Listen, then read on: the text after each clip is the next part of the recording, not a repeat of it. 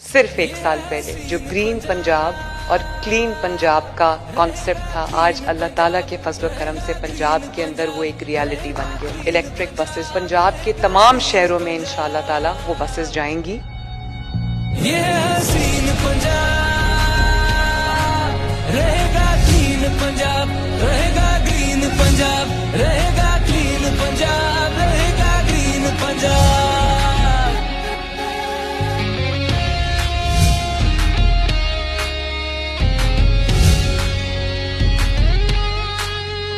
औरत हो मर्द हो है सबसे ये वादा, हम पूरा करेंगे जो ख्वाब है आधा। पुरनूर रहेगी चारों तरफ फिजा, जो सोच रहे हैं वो होके रहेगा। ये हसीन पंजाब रहेगा, क्लीन पंजाब रहेगा, ग्रीन पंजाब।